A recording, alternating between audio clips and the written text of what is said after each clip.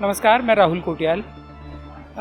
पिछले 24 घंटों से आप लोग लगातार वायरल होती कुछ तस्वीरें देख रहे होंगे जो उत्तरकाशी ज़िले के धराली नाम की जगह से हैं, जहां पर एक बड़ी आपदा आई है। उसमें कितनी हानि हुई है, कितने लोगों की उसमें डेथ हुई है, कितने लोग मिसिंग हैं, इसका सटीक आंकड़ा अभी तक सरकार की तरफ से जारी नहीं किया गया है। तमाम रेस्क्यू टीम्स काम कर रही हैं, बचाव कार्य लगातार किए जा रहे हैं और वहाँ तक पहुँचने की जो सड़क है वो पूरी तरह से फ़िलहाल बाधित हो चुकी है। अभी जिस जगह पर हम हैं ये क्यारक नाम का ये गांव है, यहाँ से बमुश्किल 100 मीटर ऊपर, और यहाँ पर एक परिवार रहता है जिस परिवार ने इस कल आई आपदा की मार इसने भी झेली है। अक्सर इस तरह की इंडिविजुअल स्टोरीज आपदा के समय गायब हो जाती हैं क्योंकि सबका ध्यान, सबका फोकस सरकार से लेकर पत्रकारों तक का उस जगह पर होता है जहाँ के विजुअल्स वायरल हुए होते हैं। अभी भी सबकी कोशिश यही है कि सबसे ज़्यादा वहाँ पहुँचकर दिखाया जाए, वो ज़रूरी भी है, उसके अपडेट्स भी हम लगातार आपको वहाँ पहुँचकर देंगे। लेकिन ये देखिए कि आपदा की मार पहाड़ में कितने तरह के लोग कितने तरीक़ों से झेलते हैं। ये देख, आप मेरे पीछे फ्रेम में देख रहे होंगे कि ये जो भवन है इसमें कितने बड़े बड़े क्रैक्स आ चुके हैं। ये कल रात ही हुआ है। यहाँ अभी आप देखेंगे कि ये पूरा पुश्ता जो है ये नीचे जा चुका है और यहाँ पर 2 साल पहले ही इन लोगों ने एक मकान बनाया था जिसमें बहुत बड़ी बड़ी दरारें पड़ चुकी हैं।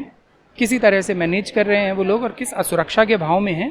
इस कहानी को भी इस बीच आप थोड़ा सा ठहराव के साथ में और थोड़ा गौर से सुनिए कि बड़ी आपदाओं के बीच और इन नंबर्स के बीच में जब हम नंबर्स काउंट करते हैं कि कितने लोगों की डेथ हुई और कितने लोग मिसिंग हैं, उसके बीच में ऐसी कई कहानियाँ दब जाती हैं। तो इनकी कहानी को थोड़ा विस्तार से देखते हैं।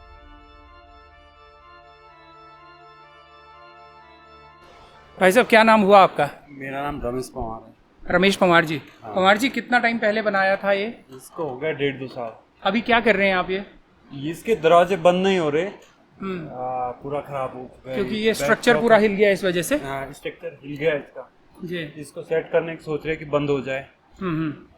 पर अब तो यहाँ रहना बड़ा रिस्की है। बहुत रिस्की है, बच्चे हैं छोटे छोटे और रहने में रात को भी डर लगता है। आज ही रात को फट गया ये पूरा। ये सारा कल रात को हुआ। हाँ, NH के चक्कर में यहाँ पे रोड भी है बिल्कुल, तो जैसे कट रही वैसे इस पे भी असर आ रहा पूरा। नदी से तो आया ही, जब गंगा जी बही तो। जब से ये सड़क चौड़ीकरण का काम हुआ तब से ये ज्यादा हुआ, ऐसा भी आप क्योंकि स्थानीय हैं, आप लंबे समय से यहाँ रहते हैं। चौड़ीकरण से तो अभी तक कोई फर्क नहीं आया था। कल रात को जो लैंडस्लाइड हुआ था, जब बादल फटे धराली में, उसके कारण यहाँ पे पानी कुछ देर तक ऊपर रुका था। उसके बाद यहाँ पे जब ऊपर से सोर्स पूरा खुल के आया नदी, तो पूरा उस समय रोड पूरी ले गया, रोड ले गया, फिर ये भी धंसना चालू हो गया। कितने बजे रात को ये करीब हुआ आपको? 8 बजे नदी आई, ये 11 बजे करीब ये भी फटना चालू हो गया। अच्छा, आप लोगों को रात को एहसास हो गया था कि आवाजें आ रही थी नीचे से? फिर क्या किया आप लोग? घर पे ही रुके या कहीं बाहर निकल गए थे? इतनी बारिश हो रही थी, जाएंगे कहाँ? नहीं, लेकिन ये इतना भयानक जिस तरह से जा रहा था, ऐसे डर नहीं था कि पूरा ही नीचे ना चला? नीचे चले जाए तो चले जाए, भाग जाते फिर तो, और क्या कर सकते। बट फिलहाल तो हमारे पास ऐसा नहीं था ना कि हम कहीं पे रुक जाएं, किसी के यहाँ रुक जाएं। उसके लिए तो डर है, छोटा बच्चा है। और ये आपने अभी 2 साल पहले बनाया था? हाँ। ये इंदिरा आवास के तहत बना है ये? हाँ। अच्छा, तो कितना पैसा वहाँ से मिला और कितना आपने खुद इसमें लगा? इसका शायद कितना 1.5 के आसपास वहाँ से मिला, बाकी अपने जेब से लगा रखा है। अच्छा। मेहनत करके पैसा इकट्ठा। क्या काम करते हैं आप? किसानी करते हैं, घर की खेती बाड़ी करते हैं। अच्छा, ये जमीन है, मतलब जमीन है, बेचने लायक भी हो जाता है? बेचने लायक आलू राजमा बेचते हैं हम लोग थोड़ी बहुत। तो अभी जो ये ऐसी स्थिति है आप लोगों का, अभी हाल ही में मैं देख रहा हूँ कि अभी पंचायत चुनाव निपटे हैं, प्रत्याशियों के पोस्टर तक यहाँ चिपके हुए हैं। प्रत्याशी मेरे हिसाब से तो प्रत्याशी नहीं मानूंगा, क्योंकि वोट के लिए आते हैं और सुबह से बैठे हैं हम यहाँ पे। सुबह से कोई भी प्रत्याशी हमारे सामने खड़ा नहीं हुआ कि क्या समस्याएं आई आप लोगों को। प्रत्याशी का कर्तव्य है कि जाओ लोगों की व्यवस्था करो, या जो ग्राम सभा का है उसको देखना चाहिए था। नहीं, अभी कोई किसी ने आके ये मुआयने भी नहीं किया कि कितना नुकसान अभी तक देखा नहीं यहाँ पे, अभी तक आया नहीं। और अभी तो आप लोग भी प्रशासन के पास शायद नहीं पहुंचे होंगे? नहीं पहुंचे। DM साहब, जिला अधिकारी तो यहीं आए थे, डिस्ट्रिक्ट मजिस्ट्रेट, तो वो भी ऊपर नहीं आए। उनको थोड़ा वहाँ पे जाना है जल्दी करके, बोला आपसे देखते हैं। अभी देखते हैं, तहसीलदार साहब से मिलते हैं। क्या आपको उम्मीद है वैसे कि प्रशासन कुछ तो मदद उम्मीद तो है सर कि कुछ तो करना चाहिए। देखो आपदाएं आई। कितने लोग रहते हैं आप लोग यहाँ? यहाँ पे 4-5 लोग हैं। 4-5 लोग एक ही परिवार के हैं? 2 परिवार? नहीं, एक ही परिवार के हैं। अच्छा, 3 लोग।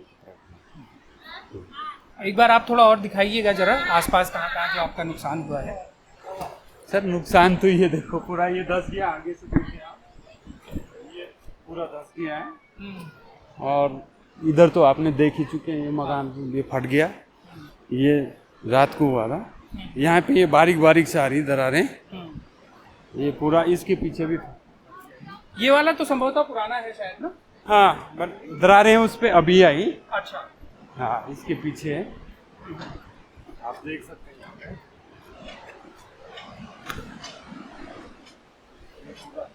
इसमें बहुत ज्यादा दूर की आवाजें आ रही थी, ये सर गया पूरा। अच्छा, ये पूरा ही अपनी जमीन जगह से ही हिल गया है? ये जगह से स्ट्रक्चर ही हिल गया इसका पूरा।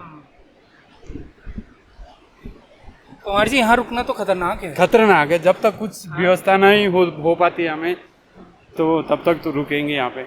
अगर नहीं, लेकिन जिस हिसाब से नीचे लगातार लैंडस्लाइड हो रहा है और नीचे अभी भी कटान धसाव चल ही रहा है, नीचे शायद आपकी छान ये आप ही की है? यहाँ गौशाला है वहाँ पे, वो भी फट गया। वो भी फट गया पूरा। वो भी फट गया। अगर आदमी अकेले हो ना तो कहीं भी निकल जाए। हाँ, गौ गाय भी है, पशुपालन तो करेंगे छोटे किसान, बच्चे हैं। छोटे बच्चे भी हैं, तो उसके लिए तो सब सेटअप तो अच्छा ही चाहिए कि जहाँ पे कि हम थोड़ी कुछ दिनों तक रह सके, जब तक घर नहीं बनता है।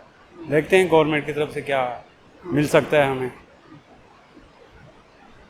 तो ये देखिए, इन स्टोरीज से आप एक चीज़, एक अंदाज़ा लगाने की कोशिश कीजिए कि इस तरह की न जाने कितनी बिखरी हुई स्टोरीज़ हैं, ये इंडिविजुअलिस्टिक स्टोरीज़ जो हैं, कि कितनी त्रासदियों से पहाड़ गुजरता है। और एक सैंपल की तरह या एक केस स्टडी की तरह अगर आप पंवार जी की स्टोरी को लेंगे तो ऐसे न जाने कितने घर, कितने परिवार पहाड़ में इसी आशंका में, इसी डर में, इसी भय में जी रहे हैं, लगभग इसी तरह की दरारों के साथ। जोशीमठ का पूरा शहर, जोशीमठ के ऊपर के सारे गांव इसी तरह से रह रहे हैं। यहाँ से आगे जो परियोजना बंद हो गई थी उत्तरकाशी में ही, लोहारी नागपाला परियोजना, उसके आसपास के तमाम गांव के लोग लगातार इसी आशंका में जी रहे हैं कि न जाने कब कोई बड़ा हादसा हो जाए।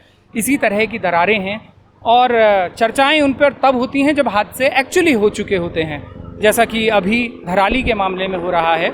लेकिन इस केस स्टडी से आप समझने की कोशिश कीजिए कि पहाड़ में कितनी तरह की मुश्किलात हैं और शासन प्रशासन समय रहते उनकी पहुंच यहाँ तक कितनी होती है, इसका अंदाज़ा आप लोग अपने से लगाइएगा। मुख्यमंत्री जी से और तमाम प्रशासन के लोगों से, शासन के लोगों से हम ये भी अपील करते हैं कि एक बार ज़रूर आपदा प्रबंधन से लेकर के अपने अन्य मंत्रालयों और विभागों तक को ऐसे लोगों की सुनवाई के लिए कुछ त्वरित कार्रवाई करने की दिशा में आप ज़रूर काम करें। और आगे धराली की क्या सिचुएशन है उसके बारे में भी हम आपको लगातार अपडेट्स देते रहेंगे। तो देखते रहिएगा, जुड़े रहिएगा बारामासी।